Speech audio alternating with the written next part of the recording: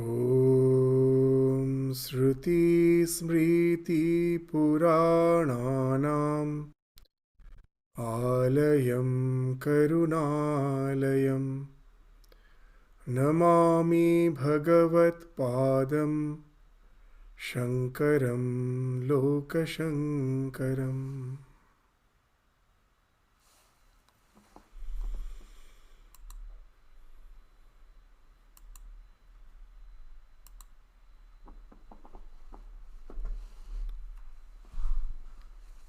So now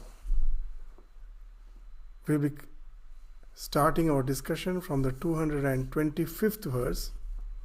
From the 225th verse of Vivekachudamani to the 240th verse. The theme will be that the Atman alone abides and the universe is nothing but the self. So this is the idea which will be after we found that the negation of the five koshas. Once the self has been established, now it is being reinstated. What is stated? That the self alone exists. In the universe there is nothing but the self and the self alone. So the 225th verse, with that we start our discussion today. Satyam Jnanam Anantam Brahma Vishuddham Parang Swatah Siddham Nityananda Ekarasam Pratyak Abhinnam Nirantaram Jayati. So Satyam Jnanam Anantam Brahma. So the Brahman is Satya, is existence, Jnana knowledge, and Ananta is infinite. So Brahman is existence, knowledge, infinity. Vishuddham, pure. Parang, it is the supreme. So nothing is greater than that. It is the fundamental aspect of the entire creation. So that's what is meant by Parang. And Swatah Siddham. So there is no need for anything else for establishing its truth. It is Swatah Siddha. It is self-existent. Nityanandan. It is the eternal, indivisible bliss. Ekarasam. So Ekarasam actually indicates that there is no discontinuity. That bliss is something which is indivisible. And then Pratyak Abhinna, not different from the individual soul.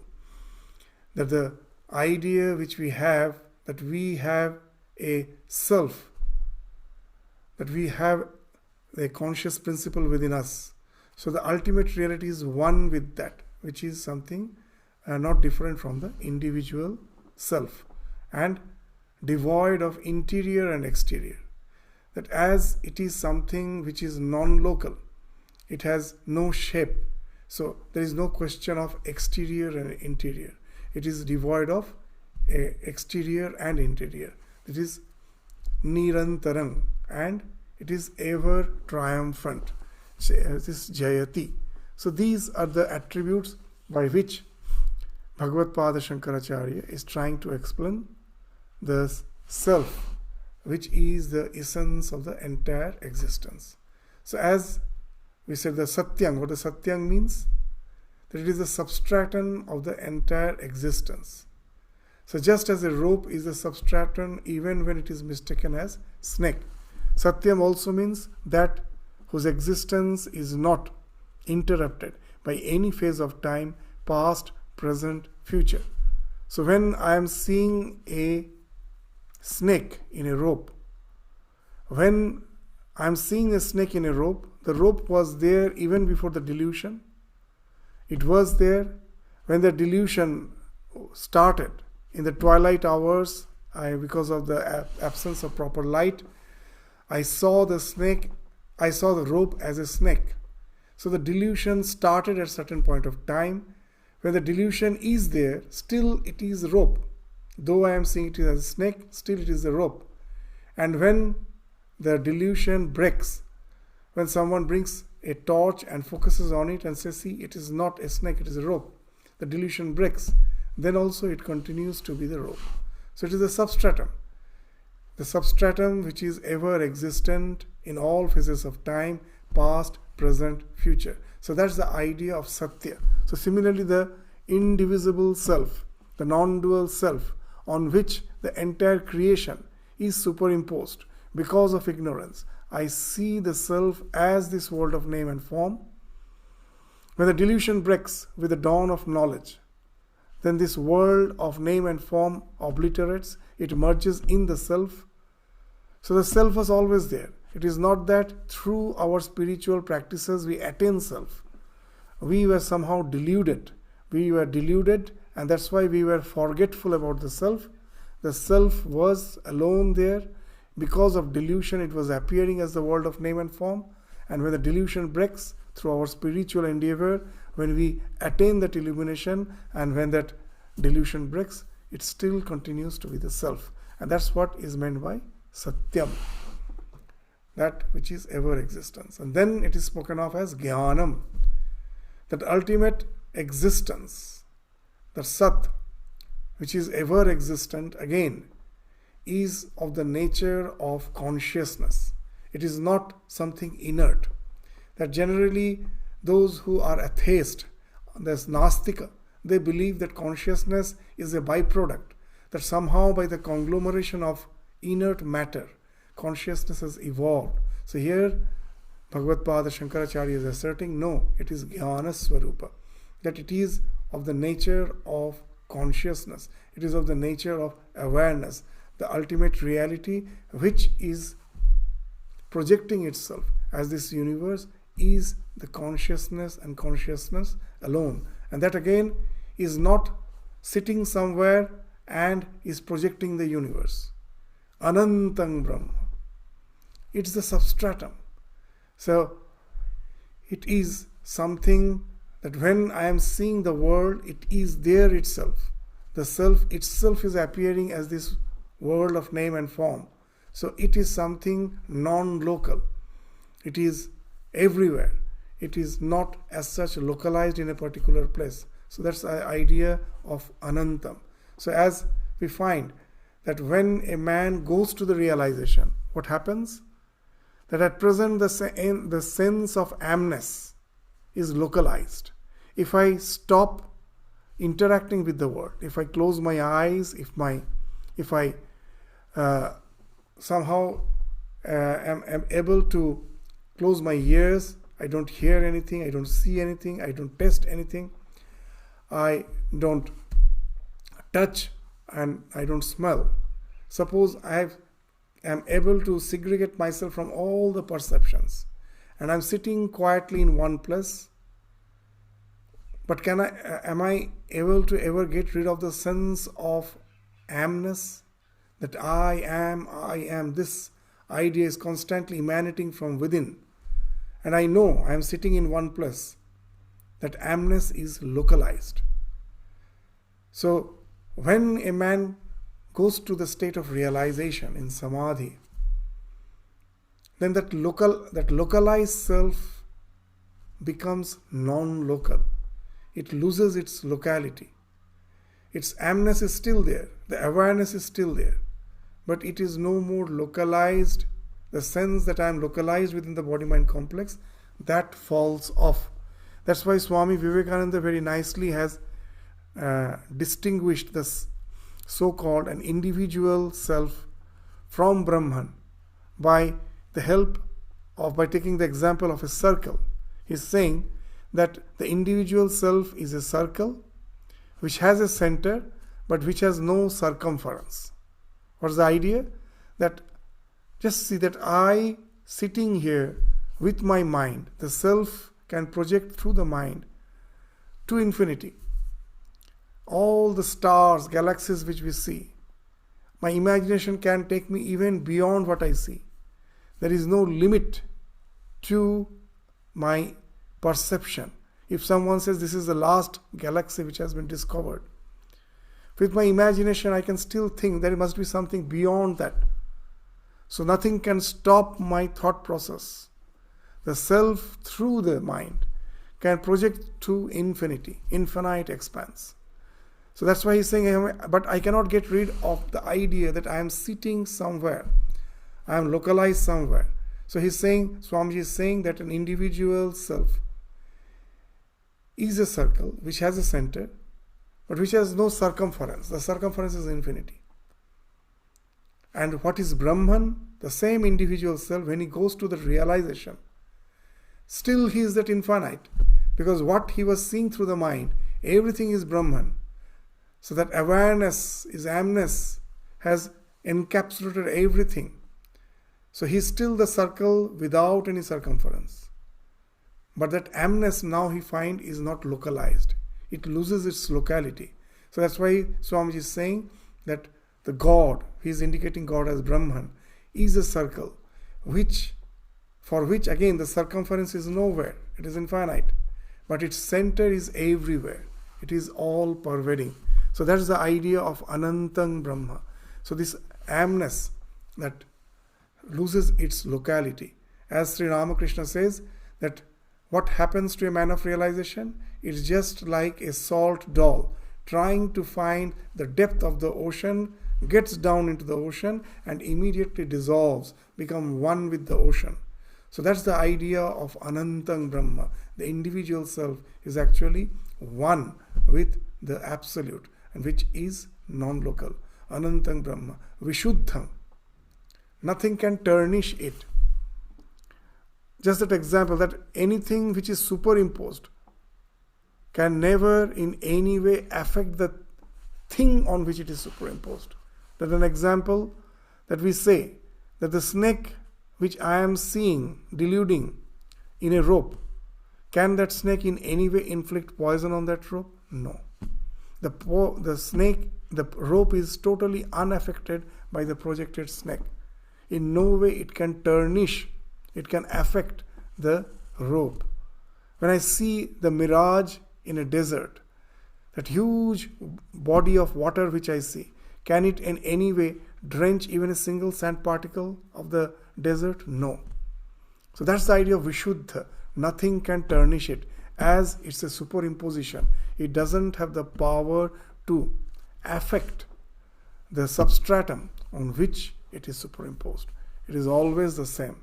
As Sri Ramakrishna in a simple way is to say, the same sunlight in which one person is reading the scripture, the Bhagavad Gita, and another person is counterfeiting the coins.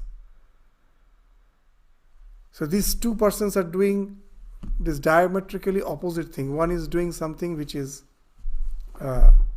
pure, which is something speaks of dharma, and another is resorting to all sorts of vices, all sorts of impure acts. Is counterfeiting the coin.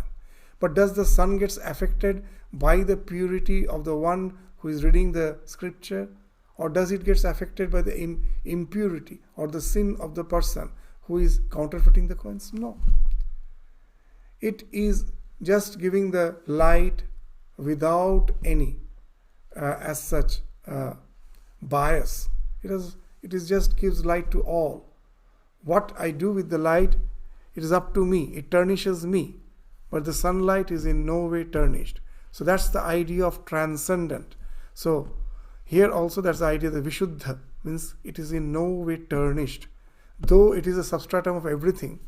So in Vedanta, this is the idea, wonderful idea we find, that there is no concept of duality that we find in Abrahamic religions, the idea of good and evil, God and Satan, as if two separate concrete existence, always there.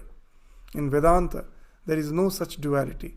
God alone exists. Whatever I see, good and evil, everything is a projection of the divine. The God is appearing both as good as well as evil, but nothing can touch him. The goodness doesn't make him pure. The goodness of what I see doesn't make him pure. The evil which I see doesn't make him impure. He is untouched by all the dualities of this phenomenal existence. He is something beyond that. That's the idea of Vishuddha. Parang. Parang means he is the fundamental aspect of the entire universe. Because he is there as a fundamental aspect, as a substratum, everything is superimposed on it. So that's the idea of Parang. Swatah Siddham. Swatah Siddham means there is no need for anything to prove its existence, to ascertain its existence. Just when I am seeing anything, just I see that I am seeing a flower. To see the flower, I need the help of my mind, I need the help of my senses. Through my eyes, that the perception has to be registered in the mind, then I know the existence of the flower.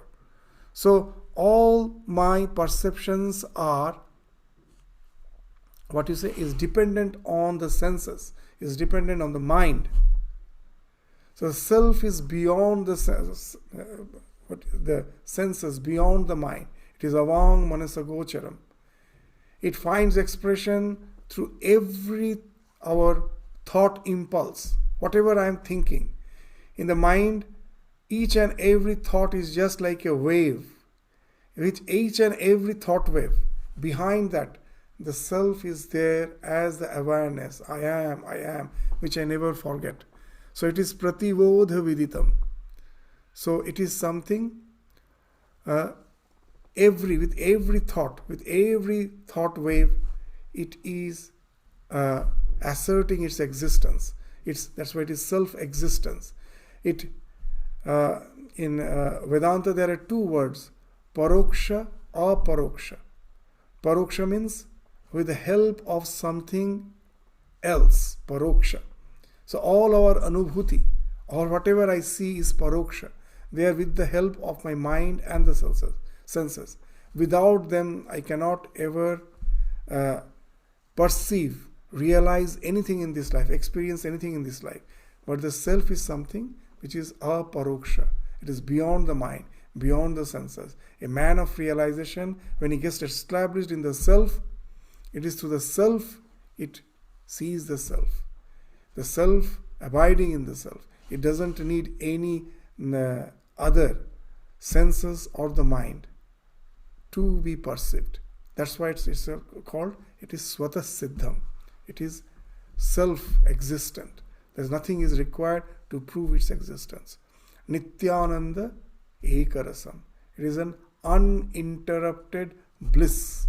It is of the nature of bliss. So now this all terms, as we will find, that the self is something which has been spoken of in the scriptures, is beyond all attributes. Now we say this, what we are speaking of are all attributes. No, these are not attributes. That the idea of limitation which we have about the self, it is negating those idea of limitation.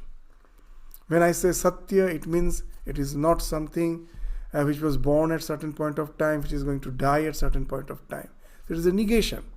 It is always there, ever existence. When I say it is jnana, it is a negation of the idea that it is something inert.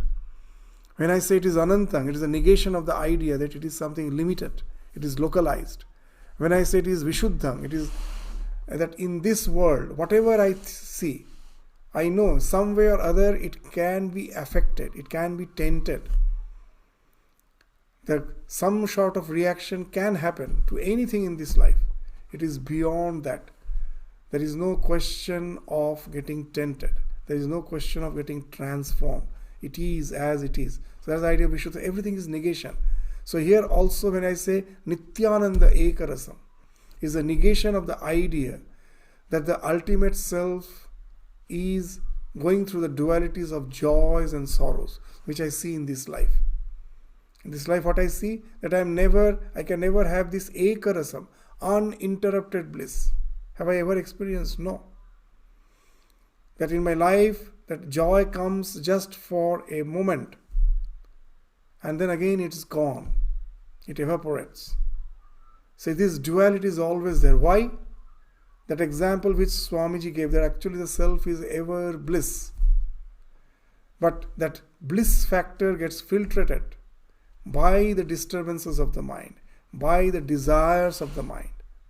The moment we become desireless, it is the self which percolates through our body, mind, senses, is no more filtered out, and we experience the bliss. That no bliss can be experienced because of the fulfillment of desires. The external world, which I see, is a mere projection. It doesn't have the capacity to fulfill my desires and make me happy. The happiness which I feel comes from desirelessness. That example which we give again and again, that as the mind has so many desires, these desires are like the waves in the mind. The ananda factor, the bliss factor gets obliterated. It gets filtered out. The waves of the mind filters out the bliss factor. Now when a desire is fulfilled, for the time being the mind is calm. A let go has ensued. There are no waves, and the bliss comes from within. We, because of ignorance, think that the satisfaction of the desire, the attainment of the object of my desire has given me bliss. But it's never so. Actually, it is the desirelessness which has enabled my mind to become tranquil, and the filtering factor of the bliss is no more there. The self, which is always placid, that finds expression through my body. So it is the negation of the idea that the ultimate reality has the duality of joy and sorrow. No, it is ekarasam. It is in ever tranquility, ever bliss.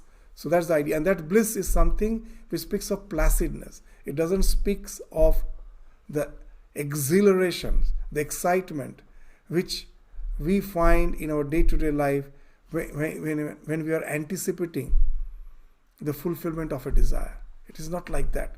It speaks of that placidness, the bliss which comes from that tranquility. It is this Nityananda Ekadasan speaks of that tranquil bliss, that placidity, that the self always is in that state. And then Pratyak Abhinnam Swasangvedya Anubhiti. So one can, this what Pratyak Abhinnam means? That's Swasangvedya Anubhiti, that I can never doubt my existence. I can doubt the existence of everything. When I am talking to another person, whether that person is an AI, artificial intelligence, or real person, I can doubt that yes, science has advanced so much that he is an artificial intelligence. But can I doubt my own existence? Never. Because I know that when I am talking to the other person, there is someone who is observing my conversation, observing all my acts, observing all my feelings, observing all my perceptions, observing whatever is going on in my mind. So that gives the idea of that consciousness that which is behind that each and every act which is going on. So that is the idea of Pratyak Abhinna. Pratyak means something within. Someone sitting within, observing everything. There are two words in Sanskrit, Pratyak and Parak. Pratyak means moving within, Parak means moving out. So whenever someone asks me that who are you, even a small child, he will just point that, if you just say the name of the baby, that where is such and such, the name of the baby, say A or B. Where is A? So A will point his finger towards himself. So this is A. So whenever we want to show ourselves, we always point our finger within. So that's the thing called Pratyak, something within, from where the sense of I is emanating. So that self is Abhinna, not separate from that Pratyak. Why again this Pratyak Abhinna? Because generally, that when, for any person, even when they think of God, how they think? That there must be some creator sitting up in the heaven who has created this entire universe. So that's the basic, the general idea which we have. So here again this negation of that idea. No, it is not something separate from you. It is something one with you. He is sitting deep within your heart, and that the amness, the idea of amness which you have, he is one with that. That is the idea of Pratyak Abhinnam. So there is Sasangvedya Anubhuti, which Sasangvedya means subjective experience. That is an experience which I know. I can never doubt that. So that amness is being spoken of as Pratyak Abhinnam, Nirantarang, which has neither exterior nor interior. as it is non-local, as it is beyond all shape, just like the gravitation. It is nirantaram. Only when it is it is experienced by an object is falling, I become aware of the gravitation. That object, in that the gravitation is localized, the gravitation is experienced in that object, but the gravitation itself is non-local. Magnetism itself is non-local. Light itself is non-local. Only we can know about this experience on the object in which they are acting. When the light falls on an object, it illumines that. That illumined object is localized. It has something interior and outer, exterior. But can we say that light itself has interior? No. It is something all-pervading. There is no question of interior and exterior. So the self is something which has no interior, exterior. It is nirantaran. And jayati means that which is ever triumphant. Why? Because nothing transcends it. It is the ultimate reality. Nothing transcends it. So that's why it is spoken of as the ultimate sovereign. That nothing can conquer it. It is all supreme. So that's the idea of the self which we find Bhagavad Pada Shankaracharya is speaking of in the 225th verse. So now in the 226th verse, what is saying? This reality, Sat idam, this idam Sat, this reality, Sat idam Paramadvaita Swasmat Anyasya Vastuna Abhavat Nahi Anyat Asti Kinchit Samyak Paramartha Tattva Bodha Darshayam. So what? This Sat, this reality which is within, from now in the previous verse, Bhagavad Pada Shankaracharya indicated that it is something within. So now we may feel that there are so many conscious principles. One within me, one within you, one within everyone else. So here he is saying it is actually a non-dual reality. This Sat idam param advaita. There is nothing apart from that. Advaita. Swasmat anyasya vastuna. Because why? Why it is Advaita? Because nothing else exists apart from that. Nahi anyasya vastuna abhavat. Nahi anyat asti kinchit. Nothing exists. That in the state of that highest realization, there is nothing which is other than it. Samyak paramartha tattva bodha darshayam. So how we can be assured, be convinced of the fact that the only existence, nothing exists apart from it? It's possible only when, through our spiritual endeavor, we enter into the state of samadhi, where we find that entire existence has merged with myself, and that self has again lost its locality. So what? Nothing exists apart from myself. Everything has merged in that, and that too is also not just localized here. It is something non-local. As we find that when Swami Vivekachudamani for the first time went into that state of Nirvikalpa Samadhi, what his experience was, when he just was coming down, Vyuthana was coming down from that state, still he was in that state, just got a little of this awareness. He found that amness has lost its locality. He started shouting, "Where is my hand? Where is my feet?" Another disciple of Ramakrishna ran to give the news to Ramakrishna that Naren is behaving in a peculiar way. Most probably he is going to die. And Ramakrishna told, "Just leave him. He was pestering me to attain that state for such a long time. Let him be in that state for some time." So what's that? From that we get that inkling, that idea. What's that?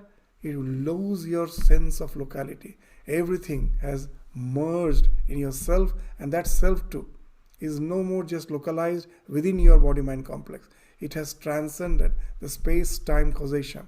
So now everything is in that. Nothing is apart from it. So that's why he's saying that the self which you realize within you is actually the self, the ultimate self. So through spiritual realization, you go to the conviction that Atman is Brahman. Atman means something which is within, sitting within, creating that sense of I as if localized there. But that is Brahman. The word Brahman came from Pri Dhatu, means that which is Brihat, that has no locality. So this Atman is Brahman in that realization. So when Paramartha Tattva Bodha Darshayam, so this realization alone is knowledge. Bodha Darshayam. When you see it, when you see the reality face to face, then what happens? In this high state of realization, the entire creation merges in Brahman. So that's being spoken of in the 226th verse. In the 227th verse, what it is saying? Yat idang sakalang vishwang nana rupam pratitam agyanat tat sarvam brahmaiva pratyasta ashesha bhavana dosham. So all this universe, which through ignorance appears as of diverse form, yat idam sakalang vishwam, this entire universe, nana rupam pratitam. Why I see this nana rupa? Agyanat, because of that ignorance. As long as I am bound in this ignorance, the self projects through the mind and the senses. This mind and the senses, they themselves are the projection of the self. First they are projected, and then the self through them projects this universe. So just the way first the sun illumines the moon, in turn on a full moon night, the moon illumines the earth. On a full moon night, an ignorant person may think it is the moon which is illuminating the earth. But actually, it is the sun which illumines the moon. In turn, the moon, which is reflected sunlight, illumines the earth. Similarly, first, the self appears as the mind, the senses. And then, through that mind and senses, it projects this universe. The entire universe is nothing but the self and self alone. The self is projecting through the mind and the senses to take this form of the universe, which is where we see all this name and form. Name, nama, rupa. Just the example will come. Just the way the clay, with the clay I can make various type of utensils. The pots, the plates. But in essence they are all clay. Similarly, here it is a consciousness. When it gets associated with the body-mind complex, and that body-mind complex is not separate from the self. It is the body-mind complex. Everything is projected by the self. And then this body-mind complex, which itself is a projection of the self, now the self, through it, projects the entire universe. So, this all is whatever I see is nothing but the self and self alone projected as this universe. So yat idam sakalang vishwam nana rupam pratitam ajnana. Because of ignorance, it is appearing as a varied form, in varied shapes, in varied form. Tat sarvam brahmaiva. But in essence, they are Brahman and Brahman alone. Pratyasta ashesha bhavana dosham, which is free from all the limitations of human thought. Because the thought comes because of the self's association with the mind. So here this is a wonderful thing again, that we find a very clear distinction between the Western philosophy and Vedanta. We find in Western philosophy the idea of the self is equanimous, is same as the mind. The mind is considered as the self. Here in Vedanta, we will find, they say that you can become aware of the self when you go beyond the mind. All these asesha bhavana dosham, all the limitations of the human thought, it is free from that, it is beyond that. So what's the idea? That whatever we see in the universe is nothing but the projection of the mind. So how this thing is happening, that we give that example again and again. When I am seeing the red flower, how is that redness I am seeing? Is it outside? No. When the light falls on my eyes, it gets converted into nerve current, And that nerve current stimulates the so-called mind to project the red color, the idea of which is always dormant is already dormant in the mind. That gets projected, envelops the flower to give it the color red. But how the mind projects? Because the mind can project anything only when it is in association with the self. It has already been activated. It has been made something alive by the self. Without the self, it is something inert. So that's the idea. So this entire thing has been projected by the self and the self alone. So there cannot be any existence behind this projection. This pure existence behind everything we see in the universe is Brahman. So Brahman is appearing as this world of name and form. So all the names and forms are the limitations of the human thought, created by the mind to form these varieties out of that pure non-dual existence. That one non-dual existence through the mind is being projected as this world of name and form. So these varied things which we see is actually the self alone which is being projected. So the self is projecting through the mind and the senses to find expression as this world of name and form. That another example which we give generally is the light falling on the prism breaks into the spectrum of these 7 colors. Similarly, the consciousness being projected through the mind appears as this world of name and form. So when I see the spectrum is nothing but the light. The light alone is appearing as the spectrum. The spectrum doesn't have an independent existence apart from the light. So that's the idea which is spoken of in the 227th verse. So now this idea will be stated with the help of an example in the next verse. So this example which we were speaking of the clay.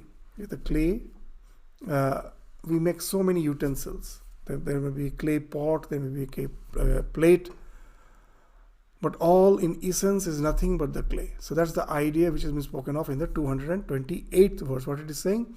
Mrit karya bhutah api mrida na bhinna kumbha asti sarvatra tu mrit swarupat na kumbha rupam prithak asti kumbha kuta mrisha kalpita nama matra. So this very easy Sanskrit, you will find that when you break it up, it's actually as good as any other Indian language. It's very simple Sanskrit. You'll find that though the modification of the clay, the pot is not different from the clay as it is of that substance all over. Mrit karya. Karya means effect. Mrit karya bhutah api. That all the things, all the utensils which I am seeing is nothing but the effect of the clay. The clay has been molded into these various forms of utensils, various types of utensils. So mrit karya bhutapi mrida na bhinna. So all the effects of the clay in the form of the utensils which I am seeing, they are not in any way different from clay. In essence, they are clay. So mrit karya bhutapi mrida. Mrida means the clay. Na bhinna. It is not separate from mrida. Kumbha asti sarvatra through mrit swarupa. That whatever utensils you are seeing is actually mrit swarupa, is nothing but the clay and the clay alone. So there is no separate entity of the form of pot apart from the clay. So na kumbha rupam prithak asti.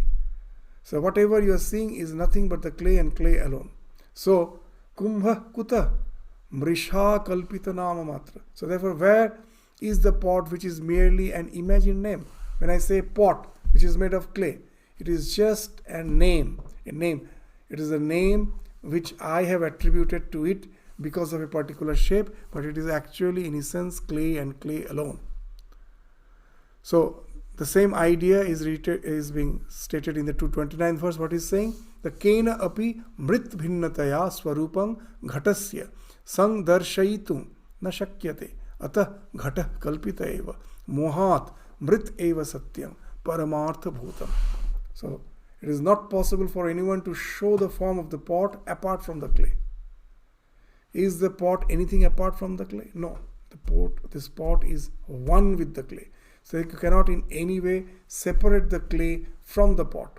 It is a clay which has taken the shape of the pot. So that's the idea kena api mrit bhinnataya swarupam ghatasya sandarshayitum. So when I say from the clay the pot has been made, so it doesn't mean that the pot has a separate existence of the clay. It is a clay which is appearing as the pot. So the ghatasya sandarshayitum na shakyata. I can in no way separate these two. Hence the pot is imagined only due to delusion. So if I think as clay something separate from the pot, it is a mere ignorance. So atah ghata kalpita eva mohat. It is just a kalpita. It is just a thought in your thought process in your mind. As such, it has no existence. So then what is saying? Clay alone is the abiding reality of the pot. This paramartha sattva, that what is the ultimate reality of that pot? It is nothing but the clay and clay alone. From clay it has been built, in clay it exists, again in clay it merges. If I break the pot, it again becomes the clay. So the clay is the paramartha satya for that pot. So that now after stating that, now it will say what? Into 30th verse, Sat Brahma Karyam Sakalang Sat Evang Tat Matram Tata Anyat Nasti Asti iti yah vakti natasya vinirgata nidritavat prajalpaha. Sat Brahma Karyam Sakalang Sat Eva. So this everything is the effect of Brahman, which alone is Sat. So this Sat Brahma Karya Sakalang Sat Evam Brahma Karya, that this entire world is the, again the Karya. Karya means the effect. Is the effect of Brahman, and it is Brahman and Brahman alone. So why this thing Shankaracharya is stating again and again? Because when you say the Brahman has become the world, immediately in our mind the idea comes of transformation. Parinama. That is, something has got transformed into something. Just the way the milk gets converted into curd. So here it is saying, when he is just stressing that it is actually Brahman and Brahman alone, it is actually denying parinama. It is actually asserting adhyasa, something which is superimposed. It has not transformed. There cannot be any transformation of the ultimate reality.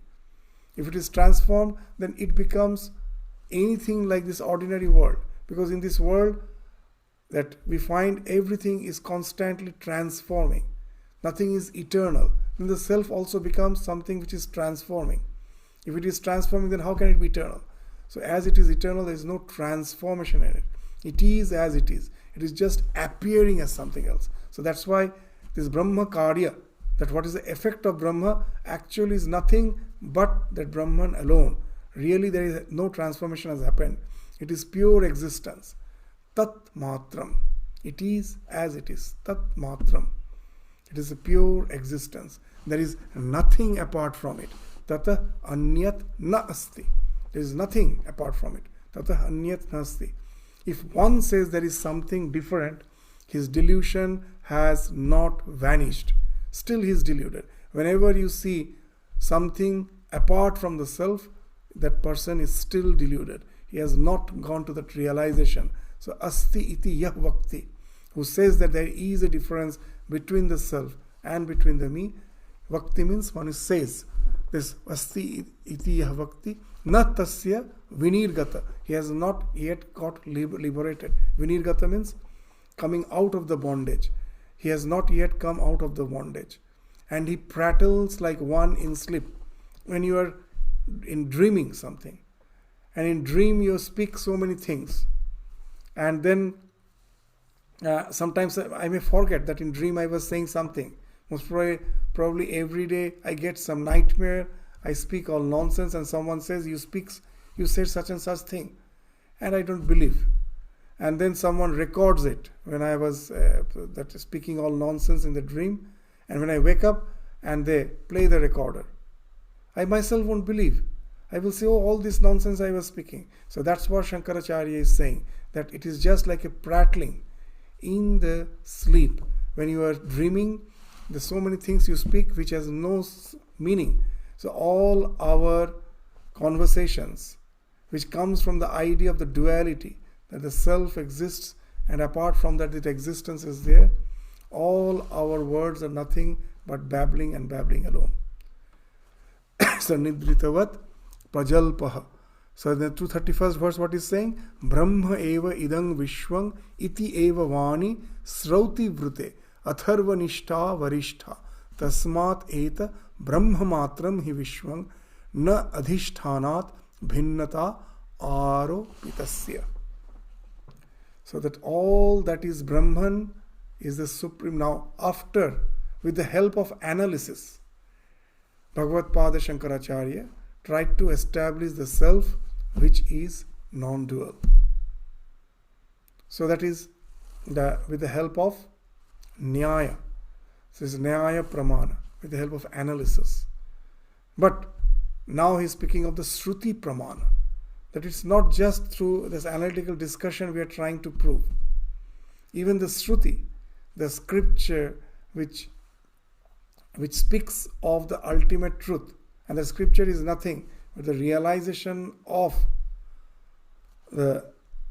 all the realized soul who have reached that state. That's what is being spoken of in all the Vedas, in the Vedanta. That's the Shruti Vakya. So even in the Shruti Vakya we find the same thing, is the same declaration has been made. In the Atharva Shruti, that there are the four Vedas, this Rik, Sham, Yaju, Atharva. This all the four Vedas. Here Bhagavad Pada Shankaracharya is speaking of the Atharva Veda, that the Brahman is the supreme declaration of the Atharva Shruti. Brahma eva idang vishwang iti eva vani srauti vrute atharva nishtha varishtha. In Atharva Veda, it has been spoken of as the supreme reality. So what's that actually? Actually, Mundaka Upanishad is a part of that, is a part of Atharva Veda, in which we find there is a mantra. What's the mantra? Brahma eva idang amritam purastat. Purastat means whatever I see in my front, purastat, that is Brahman. Brahma paschat, whatever is behind me is Brahman. Dakshinata cha uttarena adha cha urdha. Everything, whatever I see is Brahman and Brahman alone. Even we find in the life of Buddha, when he went to that realization, what he felt as if his head is touching the Himalayas, his feet is touching the ocean. It's mentioned in his life. His hands are spreading and as if enveloping the entire universe. So what it speaks of, again, that non-locality. It is the Brahman and Brahman alone which is the ultimate reality, which alone is the existence, is the Sat Swarupa. Nothing exists apart from that. So that's the thing which is even mentioned in the Shruti. So that's the mantra which actually Bhagavad Pada Shankaracharya is referring to. So therefore this universe is, even based on Shruti Pramana, this universe is nothing but Brahman and Brahman alone. Tasmat etat Brahma matra hi vishwam. This entire universe is nothing but Brahman. There is no difference of the superimposed from the substratum. Just when I am seeing the mirage in the desert, the mirage existence can in no way separate it from the desert. It's the same thing which is appearing as if the desert is not there, the mirage is not there. So can they be thought of as two different separate entities? No. One is superimposed on the other. So both are the same thing alone. So there is no difference of the superimposed from the substratum. Na adhishthanat bhinnata aropitasya. So why they are saying? Again, that we have to remember this idea that to deny parinama. That when I say that the yogurt is a product of milk, milk is something separate, yogurt is something separate. They are not same. So here they are saying there is no difference. Bhinnata is denied. Na adhishtanat bhinnata aropitasya. Because it is not parinama, it is adhyasa.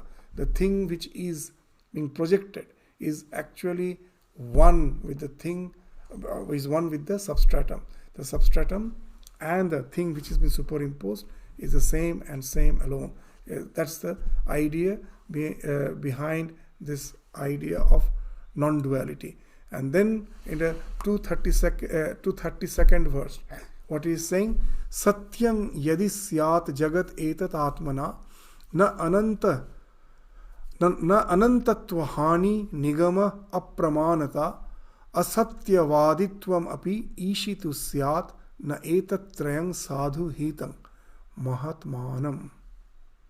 So now even if I deny, if you say I don't believe in the scriptures, so this, I don't, the way you use your logic, I find it is not something which can convince me.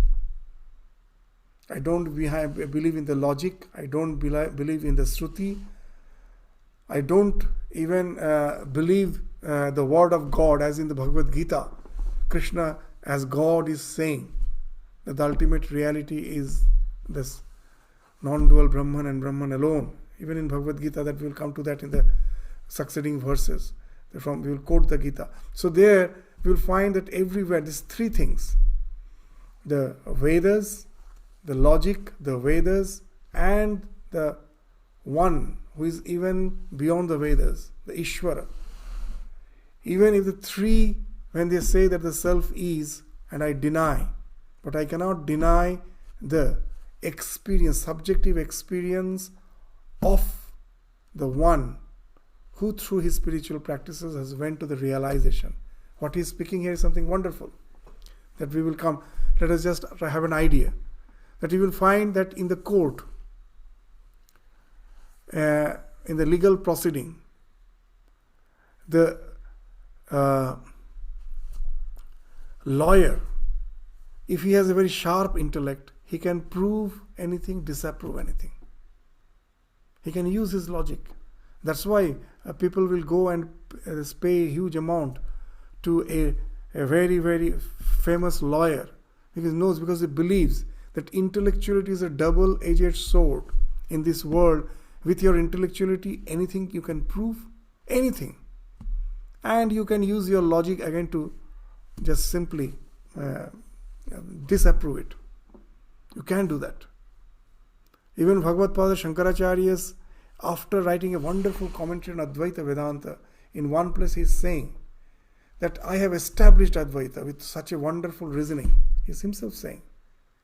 And he is humble enough to say, but contemporary to me, no one has been able to decry, somehow prove my way of analysis is wrong.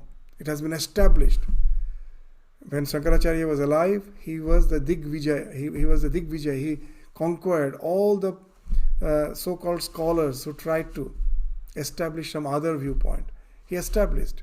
That is mentioning that, yes, I have. But he is humble enough to say anything. A wonderful thing. That, but later on, after me, someone may come and may even just be able to contradict my way of analysis. It's possible. But then the thing he's saying is, but no one can contradict my realization. The anubhuti which I had, that no one can contradict. So that's the idea which has been spoken of here in the 232nd verse. What he's saying, that if the world were real, the infiniture of Atman will be negated. So through reasoning, now we say that here, what till now we were trying to find out, it is the self alone which is being projected as the universe. Now with the help of science, we say no, the world has an existence of its own, apart from the self. This is the fight going on through eternity between the two. Even in Western philosophy, we find these two components. One is called realism and this is called idealism. This fight is going on. That realism speaks of that what? That this external world do exist independent of the self. And idealism self says that everything is nothing but that intelligence and intelligence alone. And they're saying no, and the realism doesn't say that everything is matter. They say yes, intelligence may be there, but the world do exist. There's an interaction between the two. But in Vedanta we find they told that it's non-dual. That is, it's a type of idealism. It's not exactly idealism. It's a type of idealism where they are saying that there is a self alone exists. So Here what he is saying, that if the world were real, now let us consider for the sake of argument that the world is real, then the infinitude of Atman will be negated. Because if something apart from Atman is there, then that Atman alone is the non-dual reality, that is negated. You come to the duality. The Vedas will also be rendered unauthentic, because this is the idea even we find in the Vedanta. Just now we were saying that there are so many things mentioned, that Sarvam Khalu Idam Brahma, everything is Brahman, it is spoken of in the Vedas, in the Vedanta. So that will be negated, that will be contradicted.